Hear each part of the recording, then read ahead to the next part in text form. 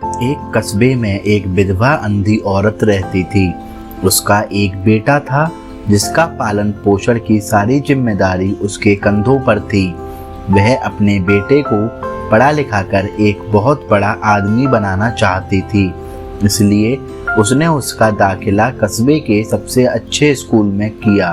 वह दिन रात मेहनत करती ताकि बेटे की स्कूल की फीस दे सके।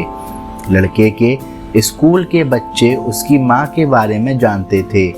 वे सब उसे अंधी का बेटा कहकर चिढ़ाते थे। लड़का इससे बहुत परेशान था। उसे अपनी माँ पर शर्म आने लगी थी। वह उसके साथ कहीं भी आने जाने से कतराता था। जब लड़का बड़ा हुआ तो उसकी शहर में अच्छी नौकरी लग गई। उसने अपनी माँ से वादा किया कि शहर में मकान लेकर वह उसे लेने आएगा, लेकिन वह शहर गया तो फिर लौटकर वापस नहीं आया। उसकी अंधी माँ उसका इंतजार करती रह गई। कई महीने बीत गए, लड़के की कोई खबर नहीं आई। अंधी एक दिन उससे नहीं रहा गया और वह बेटे से मिलने शहर पहुंच गई। पूछते पूछते वह बेटे के ऑफिस पहुंची। वहां सिक्योरिटी गार्ड ने उसे रोक दिया। अंधी औरत ने गार्ड को अपने बेटे का नाम बताया और बोली कि उसे जाकर कह दो कि गांव से कोई मिलने आया है। गार्ड ने जाकर उसके बेटे को बताया। बेटे ने ऑफिस की खिड़की से देखा तो उसे अपनी माँ गेट के बाहर खड़ी नजर आई। वह ऑफिस में सबके सामने अपनी माँ की वजह से शर्मिंदा नहीं होना चाहता था। उसने कहला दिया कि ऑफिस में नहीं है वह। अंधी औरत वहां से चली गई। शाम को वह लड़का ऑफिस से घर जाने के लिए निकला। रास्ते में एक जगह काफी भीड़ जमा थी।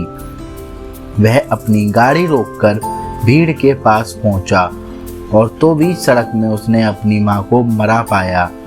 उसके हाथ में एक चिट्ठी थी जिसमें लिखा था, बेटा, बड़े दिन हो गए थे, तेरी कोई खबर नहीं मिली थी। चिंता हो रही थी इसलिए तुझसे मिलने चली आई। तू तो बड़ा आदमी हो गया है, तुझसे मिलना अब शायद मुझ गरीब की किस्मत में नहीं, लेकिन मैं बहुत खुश हूँ तेरे लिए। तूने अपना ही नहीं मेरा सपना भी पूरा किया।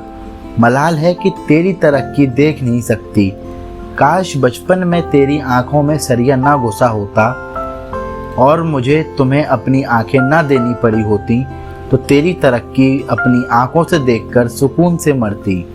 तेरी अंधी माँ। ये पढ़कर लड़का फूट फूट कर रोने लगा।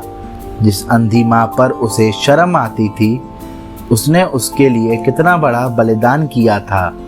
वह आत्मग्लानि से भर उठा और जिंदगी भर खुद को माफ नहीं कर पाया। दोस्तों, माता पिता अपने बच्चों के लिए अपना सर्वस्व न्यौछावर कर देते हैं। उनका हमेशा सम्मान करना चाहिए।